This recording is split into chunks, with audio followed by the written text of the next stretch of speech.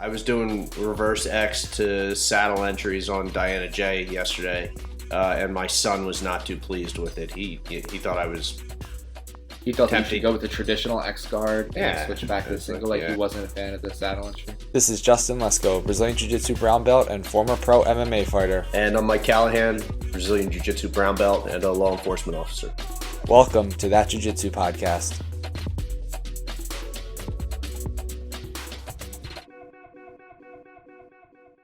In the last couple episodes, we sort of touched on people who had 0% body fat and were hulked out of their mind and may or may not have some chemical influence. We got a lot of emails and messages about, is there a problem with steroids in jiu-jitsu? Does it matter if people are on steroids? Like all ranges of the spectrum. So to start the show tonight, Mike is just going to go ahead and list everyone that he suspects of using steroids. I'm not doing that. It's a problem. I'm not doing that, but it's a problem. The question comes down to, all the messages we got boiled down to, the two camps were, is there a problem, which I think we can agree there is, but yes. Second, should it matter if people are on steroids? Absolutely. Yes to both of those questions. I agree with you, but should it matter? If you think about late 90s, early 2000s, baseball, right, cycling, UFC, every sport that existed at that time, and it was an open secret that everyone was using everything.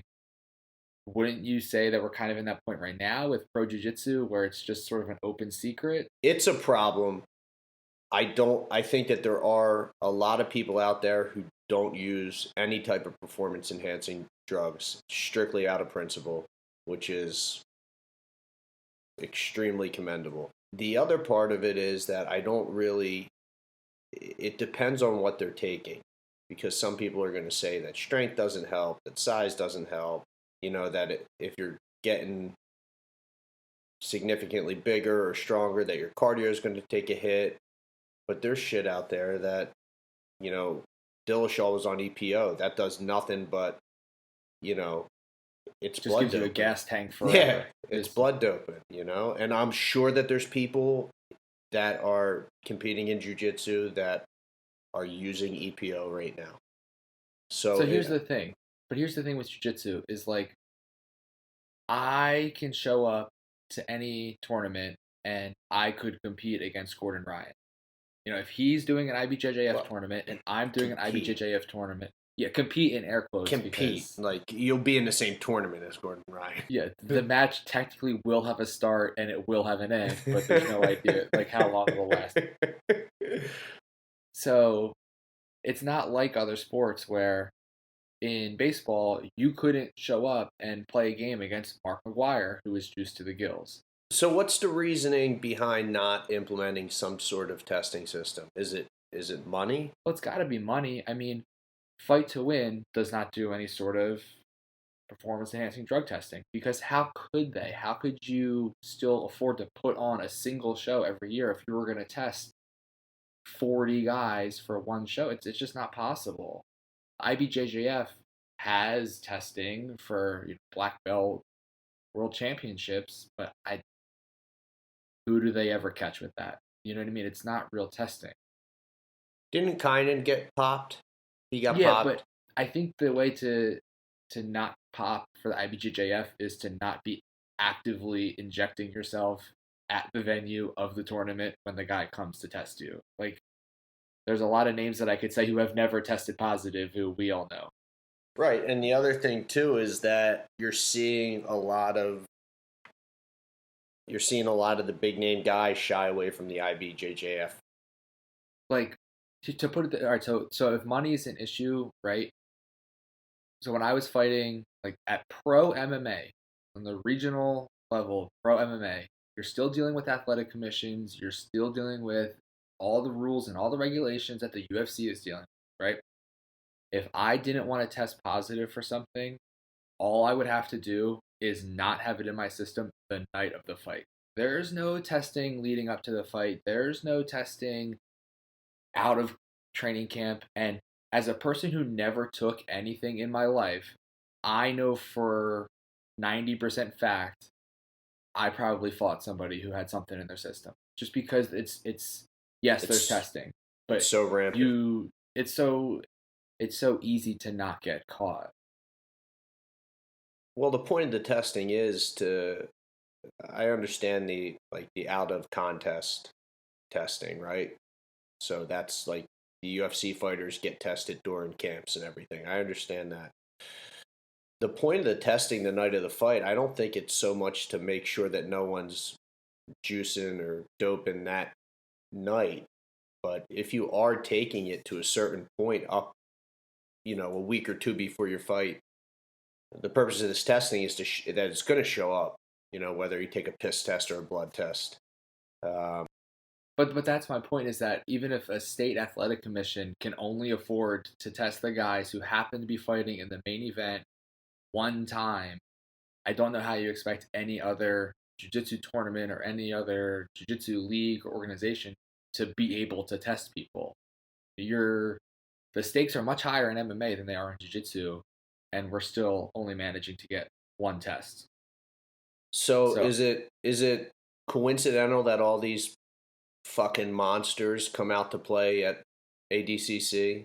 That happens once every 2 years. That right? they don't test at. Like, there's really no excuse for them not to test. That's a Yeah, worldwide competition that happens every 2 years. with a lot of money They're, on the line. they have how many divisions, and there's 16 athletes in each division. You're not testing thousands of people. There's Yeah. no reason for them not to test, except for maybe by testing you're going to eliminate some of the big names that are coming to this Yeah. tournament. But again, so that kind of bleeds into the people who wrote in and said, should it matter? Well, if you know that most of the guys are doing it and you don't want to lose most of the guys by doing testing, if you could just come out and say, do whatever you want, guys. We're not going to test you. Just go ahead. Go for it. Because you have to figure, if you're running ADCC, you know you're going to get better matches if the dudes aren't getting tired and are hulked out of their minds. It's just like, and again, I'm not advocating for like everyone should juice. I've never done a drug in my life, but it's kind of an interesting point we're at, where it's like everyone knows everyone else is doing it, but no one's going to say they're doing it. But like So pretending that no so one's doing anything is not. It's right. silly. So omitting it, just not saying it is one thing. But these knuckleheads that are adamant against admitting it, they swear that they're not juicing, and it is so obvious. You've been around the fight game long enough. I played football in high school. I played football in college. I've been around people who have taken steroids. I've been doing the jujitsu thing for 10 years now. We know we've had people in our gym that have been doing steroids, right? Like, we Yeah. know, you just know. And for these knuckleheads to say there's absolutely no chance, and I get that there's genetic freaks out there, and I get that when you're a professional athlete, you're living by a different code in terms of the discipline that you're incorporating into your life with your workouts and your diets and everything. It's only going to get you so far. When I was fighting pro MMA, right? One of the biggest reasons that I never took anything was, well, drugs are expensive, and I didn't have any money. Like, I was a local pro MMA fighter. I don't got the money for that. But also, I'm not gonna say any names, but it was widely speculated that there was another fighter in the area who got the call to be a late replacement for a UFC fight, went out to Vegas, was gonna fail the test, told them he was gonna fail the test because it was late replacement and he had stuff in his system, and they never called again. And they said they would never call again. And I didn't want to be the guy who had something in my system, who got the call, had to say no, and then that was my only shot. That it's just not worth it. So, like, the idea of the bigger organization testing is a good deterrent. I still wouldn't have done it because it cost money I didn't have, and I wasn't about to do something without like an actual doctor and medical person supervising it. But also the idea that I could lose my one big shot because they called at the wrong time, like that's a pretty big gamble for dudes to take. Do you remember? Do you remember when Stephan Bonnar fought Anderson Silva, and Yeah. he came in? He was like he looked, you know, noticeably different in terms of his physique. And after the fight, he got popped. But I think he was a last minute replacement. Something happened. Silva was supposed to fight somebody, and Bonner jumped in. I think, as a last minute replacement. There's no way that he didn't know that he like, and I'm sure he told Dana White, and Dana White. Yeah. It's too late at that point. Like they let him fight. The test came out. Well, this is the whole thing with Brock Lesnar and Mark Hunt. Same thing. UFC Same 200. thing. Yep. They knew that he was going to pop. They changed the rules about when someone who was retired had to be in the testing pool for so long, right? Because they knew he was going to pop, and they wanted him to fight at UFC 200. Yeah, they just waived the rule, and then they let him fight, and he beats Mark Hunt.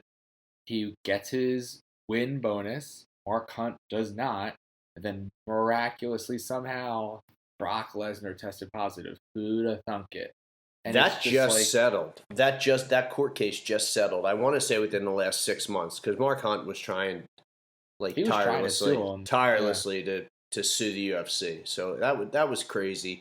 When I actually this past week I watched those weigh-ins, and when Lesnar stepped on that scale, if anybody in this universe looked at that and thought that he wasn't juiced out of his brain, then there's something wrong with you. But in that case, like that's obviously a different case than like the local guy who's showing up to the Jiu Jitsu tournament. But Brock Lesnar knows that he's going to test positive. He knows he's only fighting one time. He knows he's going to make a ton of money for the fight. The UFC knows they're going to make a ton of money off the fight. What do they care? Like they're not going to have to give back their pay-per-view buys because he right. They're going to refund every customer because the guy tested positive. Like, good luck. The other dude in the fight can't win a lawsuit against the UFC. Yeah. You, as Joe Schmo pay-per-view buyer, isn't going to win it. Yeah. They don't care. They announced he was coming back like less than a month before that fight. Yeah, and they gave it the old, don't worry about it. Just go fight. Don't worry about it. We'll handle it afterwards. It's fine. No one will care. It's fine. No one thinks you're sticking around anyway. Fight one fight and get out of here. Like, we don't care. We'll make the money. But I can understand if you were a pro jiu-jitsu guy, and like I don't obviously make my living off of fighting pro jiu-jitsu matches, but if I did and I knew everyone else was juiced to the gills, to have to face the decision of do I keep making a living or do I not because I don't want to do steroids, like I would probably choose not to do it because again, I'm too much of a baby to risk like accidentally killing myself just to compete at jiu-jitsu tournaments. But I can understand why people do it. And I can understand the perception of like, all right, that guy's going to do it, so I'll do it. So the next guy does it. And then the guy behind him does it. The guy behind him does that. So maybe, I don't know what the answer is, but maybe if we could just break that cycle. Right. It's because if they ever got caught, I'm sure the explanation that they would offer would have something to do with this is my livelihood, this is how I make a living, I'm just trying to and if they're not admitting it, I'm telling you that this is what it is. This is their livelihood. This is how they make their living. This is how they provide for their family. Of course, they're going to do everything within their power to maximize the benefit that this sport is giving to them. But it doesn't make it right. Well, did you watch the Lance Armstrong 30 for 30 that came out a few weeks ago? It was good. Like when he was talking about he gets crucified and vilified, and then Virgin Cappy is getting invited to races and on TV. Yep. Like one guy is the devil for doing it, and obviously the way Lance handled himself, like going after people and bullying people, like, and he owns that now. But it's true. Like imagine if one guy was going to come out and be like, all right, steroids is a problem in jiu-jitsu. I was doing it. I'm not. I challenge everybody else to stop it and still try to beat me. You run the risk of that 50-50. Either you're going to be the hero or you're going to be Lance and everyone hates you for admitting something everyone knows everyone's doing. That was like the most sophisticated system of doping. Seriously, right? dude. Like it was like a network of people that were involved in that process. It was I watched it. crazy. I've seen some other stuff about the Postal Team, how they were doping, and like they had like the Moto Man who, when they would get on the team bus and drive to different cities, would like pull up next to the team bus on the motorcycle and like toss them bags of shit. And then they would do it and they would toss it back to him because the bus never had to stop. So like it was never, when you talk about like how you're gonna set up a doping program, like the levels of that shit was nuts. The other thing too is that it's crazy to think that it was able to be kept a secret for so long. He won 7 Tour de France's in a row, I think. Yeah, 7 in a row. And there wasn't even the slightest mention of it. I'm sure that there was, rumblings behind the scenes, but no one in the mainstream media caught wind of this thing until years after the fact. And with the amount of people that were involved in there, it's absolutely mind-blowing that it didn't come to light sooner than it did. Well, I think it's probably the exact same way we are with jiu-jitsu right now. People in jiu-jitsu, like us doing this show, are talking about, we pretty much know everyone's doing it, but the person who's walking down the street and walks by a jiu-jitsu school and sees people rolling would not think, I bet that sport has a huge doping problem. I'm going to look real quick. I don't know how many miles they ride in the Tour de France. It's usually 2,500 to 3,000. Amanda Jean and I, in 21 days. Amanda Jean and I watch every stage. That's unbelievable. 2,500 in how many days? 21 days. It's 21 stages in 23 days. Okay, so it's 2,162 miles. That's unbelievable in 21 days. That's like on average 100 miles a day. What would you rather do? Would you rather ride your bike 150 miles? Is it no? That because that would take. Let's say 75 miles. Would you rather ride your bike 75 miles or run a marathon? 75 miles would be much easier. How about 100 miles? Toss up. If you put it at 120 miles, I don't know. At that point, I don't know which one. 120 miles, I'd probably like. I could do that. I could do 120 miles. Did you run? For those of you who don't know, Justin ran a marathon. He decided. It took me 6 episodes to bring up a marathon. I just want to point it out. We made it 6 episodes without me talking about doing a marathon. Right. So I'll shed some light on this psychopath. He decided. I think it was about 2 months before running this marathon that he decided that he was going to run the marathon, and he ends up running it. And what was your time? So it was 4 hours and like 2 minutes. And I stopped to pee at like mile 4, and then I would have cracked 4. So if Justin would have just pissed in his pants, he would have broke 4 hours in the marathon. But the real story because he has a baby bladder, he can't say that he ran a sub 4 hour marathon. Dude, so we'll go for runs. Like me and Amanda will go for a run, and I'll pee, tie my shoes, walk out the door. And there's been times where we've ran a half a mile, and I had to stop at the 7-Eleven and pee again. Like I just bounce it. It makes me have to go. It just shakes it out. You have the bladder of a 90-year-old woman. The real story of why I ran the marathon was Mike and I were in the back seat of Brian White's car, and we're driving to go to a different school to train, like on a Saturday morning. And I had mentioned... Shout out to 609 Jiu Jitsu in Egg Harbor. Bunch of monsters down there. We got to get down there again. And they have a cool gym because they have a garage door that opens up, and it's pretty awesome. Yeah. So we're driving down to go roll, and I had mentioned that there was the Philly Marathon in November, and Mike said confidently, there is no chance you could run 26 miles. You could not possibly do it. And I went home, and I think I signed up for the race like that night, and it was 2 months later, and I did it. It's pure fucking insanity, too, because he hadn't been training at that point. So if somebody that you know hasn't been training for a marathon says to you, I can run a marathon, your first notion is going to be like, well, no, you fucking can't because you're not training for it. And then he goes ahead and signs up for it 2 months later, which furthers my thought of you're not going to be able to do this. And if he didn't have a baby bladder, he would have done it under 4 hours. So when I was finishing the marathon, I was like miserable. I hated it. Like the first half was awesome, the second half was terrible. So I'm running, and the finish line is maybe 500 yards ahead of me, and 100 yards ahead of me is a man who's running the marathon in a banana suit, like a costume. Like he thought that was a good idea.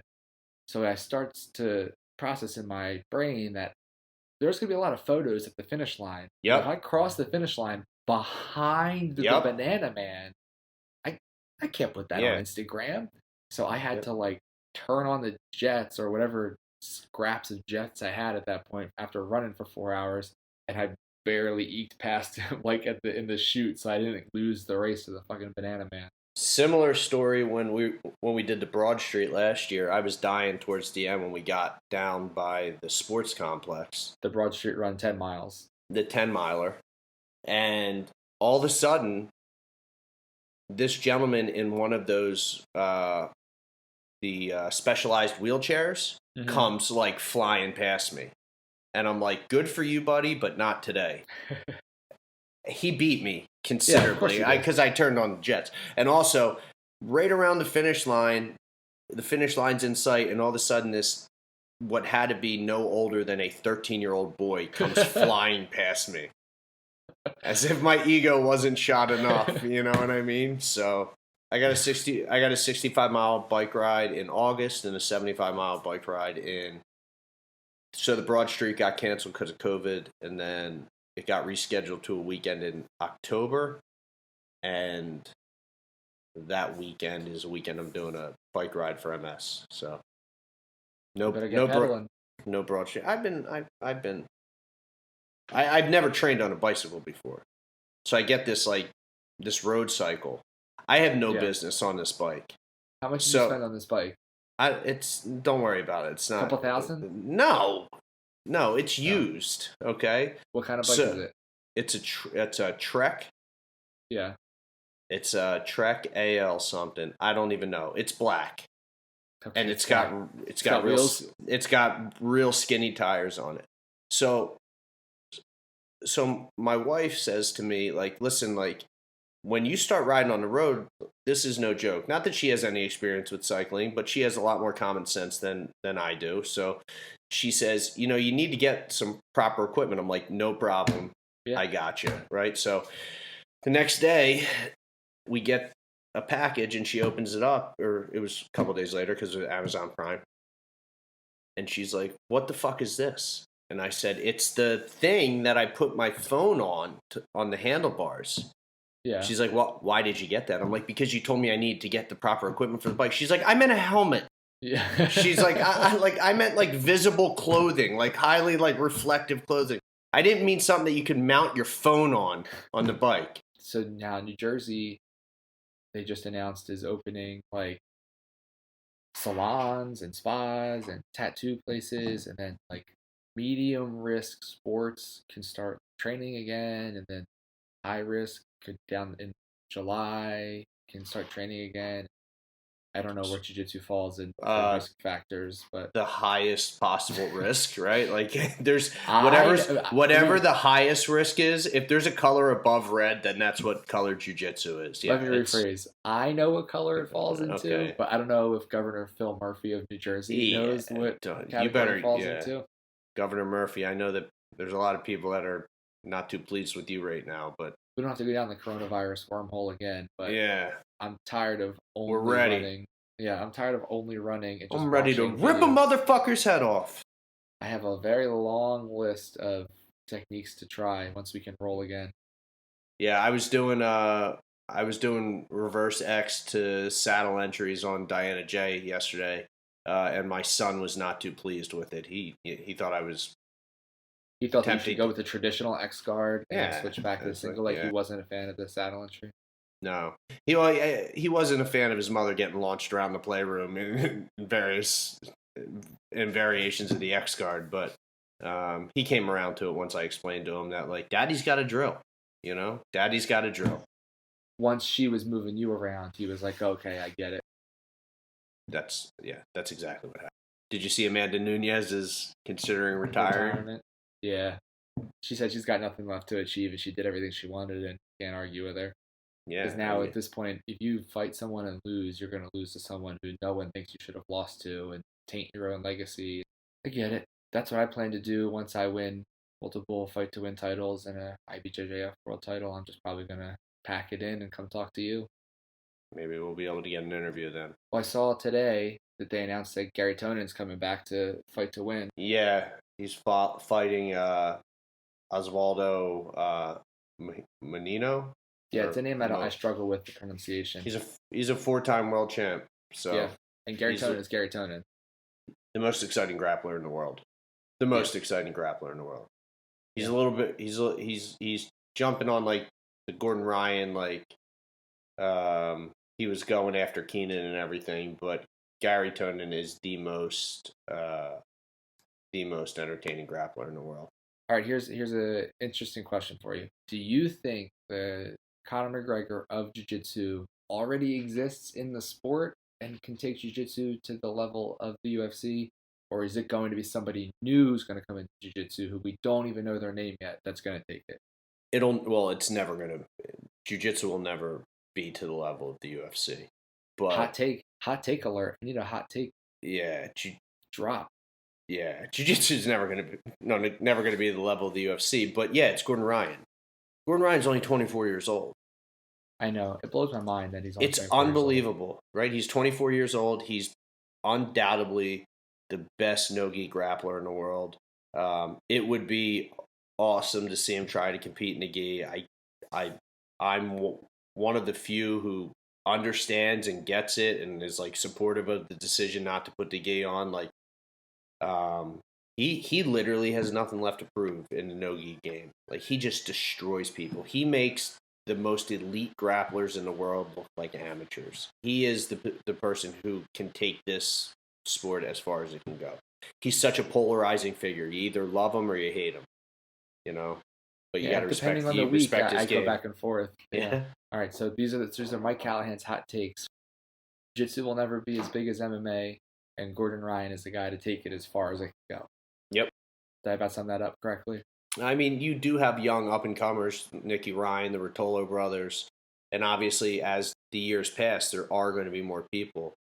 I just think that Gordon Ryan is following the Conor McGregor method of getting out there, getting his face out there, being a controversial figure, you know, responding. But that's the best part about it, is that I don't know how this fucking guy has enough time in the day to train because he responds to every single person who puts a negative comment on his Instagram. If it takes me, you know how like it only lets you go back 3 replies. So it's like see more replies, and then it puts so it only lets you see 3. Sometimes it'll take me 10 or 15 minutes to get to the origin of the comment. And this fucking guy's commenting like 4 or 5, and that's only on one comment. You know what I mean? And not even Conor's doing that. And there's some times where he's beat. You know, like he's beat, like he knows, like somebody will come up with an articulate point and shut him down, and he'll just come back with like the typical fuck off or shut the fuck up, you know what I mean? Yeah. And at the end of the day, I've lost this argument, but I still want to say one more thing, so here it goes. Your mom. Yeah. Somebody who's really advancing, you know, the mission of the jiu-jitsu, you know, culture in the sport. Bernardo Faria, he's BJJ Fanatics. Yeah. You know? And he's getting these guys out there, and he has a major part in these videos and getting these instructionals out there, which is, you know, dropping a ton of knowledge to the public. And then on top of that, he's giving these guys money too. Like, he's not taking all that fucking money. That's where these guys make all their money. Yeah. So, you know, good for him. Kudos to him. Like, and if you want him to come on and talk to us as much as I want him to come on and talk to us, go on his Instagram page and leave comments that he should come on and talk to That Jiu-Jitsu podcast and blow him up as much as we are to try to get him on the show. What we'll do is we'll just tag him in this part and we'll say it, you know. But all bullshit aside, he is a phenomenal ambassador to the sport, you know. For sure. All right, guys. Thanks for hanging out with us tonight. If you want to follow the show on Instagram, it's at that_jujitsu_podcast. You can also find the full video version of every episode on YouTube by searching for That Jiu Jitsu Podcast. You can also follow me on Instagram at Justin Lesko. And you can find me at M_Callahan106. This is where you say thanks, guys. Thanks, guys. Thanks for watching, guys. We'll see you next time. You just interrupted me. I felt like that was going to be the best one. All right, guys. Thanks for... Jesus fucking Christ. Jesus fucking Christ. Just shut up. Oh, okay, go ahead.